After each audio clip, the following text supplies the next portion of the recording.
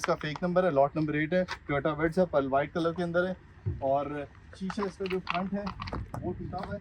बाकी अंदर से कंडीशन इसकी देख लेते हैं। अंदर से कंडीशन काफ़ी बेहतर है और ऑटोमेटिक है। बाकी जो है वो आपको नज़र आ रही है। बैक रूम इसका दिखा देता हूँ आपको, ये देखें बैक रूम भी बड़ी अच्छी कंडीशन के अंदर है।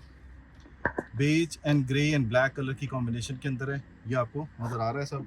टायर इसके आप देख रहे हैं, व्हील्स देखें अच्छी कंडीशन में, काफ़ी बेहतर है। लाइट्स इसकी बहुत बेहतर कंडीशन में।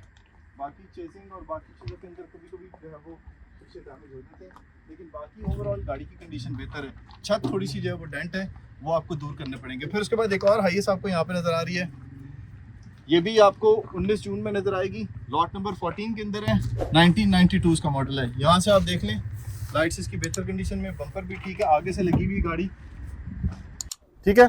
अच्छा ये देखिए इस तरह की हाईएस होती है, जैसे ये लॉट नंबर 10 में टोयोटा हाईएस 1997 की है, ये 6-7 यहाँ पे खड़ी हुई है, तो ये भी आपको यहाँ पर नजर आएंगी।